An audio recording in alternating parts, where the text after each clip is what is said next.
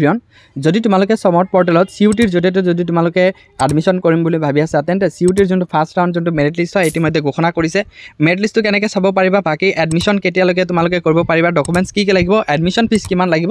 সবিশেষ মই এই ভিডিঅ'ৰ শেষলৈকে জনাই থাকিম প্ৰথমে তোমালোকে মেৰিট লিষ্ট চাবলৈ তোমালোকে কি কৰিব লাগিব ডেছক্ৰিপশ্যনত এটা লিংক আছে সেই লিংকত ক্লিক কৰিবা লিংকত ক্লিক কৰিলে এনেকুৱা স্ক্ৰীন আহিবা এনেকুৱা স্ক্ৰীন অহাৰ পিছত তোমালোকে কি কৰিবা এই যোনটো 3 ডট আছে এই 3 ডটত ক্লিক কৰিবা মই কি কৰিলোঁ 3 ডটত ক্লিক কৰিলোঁ 3 ডটত ক্লিক কৰাৰ পিছত তোমালোকে অলপ তলত আহিবা তলত অহাৰ পিছত তোমালোকে ইয়াতে ধুনীয়াকৈ লিখা আছে যে মেৰিট লিষ্ট সো তোমালোকে কি কৰিবা এই মেৰিট লিষ্টত ক্লিক কৰিবা সো যেতিয়া তোমালোকে মেৰিট লিষ্টত ক্লিক কৰিবা ইয়াতে ধুনীয়াকৈ লিখা আছে মেৰিট লিষ্ট পাব্লিছড বাই কলেজ ফাৰ্স্ট ৰাউণ্ড যেহেতু প্ৰথম ৰাউণ্ডৰ যোনটো মেৰিট লিষ্ট ইতিমধ্যে ঘোষণা কৰিছে সো সিউটিৰ দুটা মেৰিট লিষ্ট তিনিটা মেৰিট লিষ্ট ঘোষণা কৰিব ফাৰ্স্ট ৰাউণ্ড তাৰপিছত ছেকেণ্ড ৰাউণ্ড তাৰপিছত স্পট ৰাউণ্ড ষ্টাৰ্ট হৈ যাব সো এইখিনি তোমালোকে চাব পাৰিছা সো চাৱাৰ পিছত তোমালোকে কি কৰিবা এই তলত যোনটো ইনষ্টিটিউট নেম কলেজ নেম ইয়াতে তোমালোকে কি কৰিব লাগিব সাৰ্চ কৰিব লাগিব সো মই কি কৰিম ইয়াতে ধুনীয়াকৈ লিখা আছে যে ইয়াতে কলেজৰ পৰা যিকোনো মই কি কৰিম ডিব্ৰুগড় ইউনিভাৰ্চিটিৰ চাবলৈ চেষ্টা কৰিম সো মই ডিব্ৰুগড় ইউনিভাৰ্চিটিৰ মই সিলেক্ট কৰিলোঁ সিলেক্ট কৰাৰ পিছত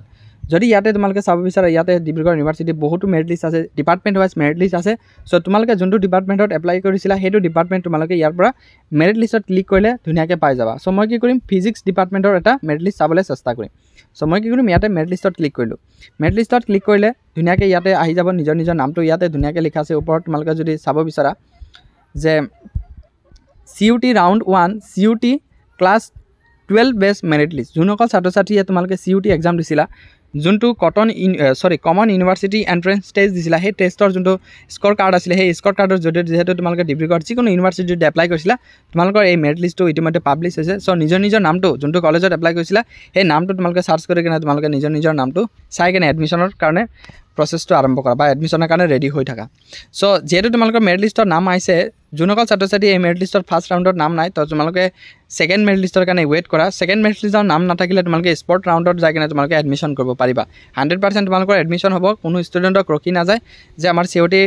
মাৰ্ক কম আছিলে বা মেৰিট লিষ্টৰ নাম নাহিলে সো আমি এডমিশ্যন পাম নহয় নিশ্চয় তোমালোকে এডমিশ্যন পাবা বা তোমালোকৰ যোনটো স্পট ৰাউণ্ড হয় সেই স্পট ৰাউণ্ডৰ জৰিয়তে তোমালোকে এডমিশ্যন নিশ্চয় পাবা সো এতিয়া কথাটো হ'ল বহুত ষ্টুডেণ্ট এতিয়া সুধিব পাৰে যে আমাৰ মেৰিট লিষ্টৰ নাম আহিছে এডমিশ্যন কেতিয়া হ'ব তোমালোকৰ এডমিশ্যন 12ৰ পৰা তোমালোকৰ 13ত এই 2 দিনৰ ভিতৰত তোমালোকক কি কৰা হ'ব এডমিশ্যনটো কমপ্লিট কৰা হ'ব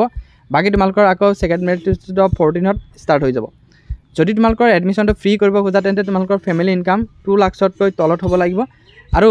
তোমালোকৰ যোনটো ইনকাম চাৰ্টিফিকেট আৰু ৰেচন কাৰ্ডটো থাকিলে তোমালোকৰ এই যোনটো ৰেচন কাৰ্ড হয় এই ৰেচন কাৰ্ডটো থাকিলে তোমালোকৰ এডমিশ্যনটো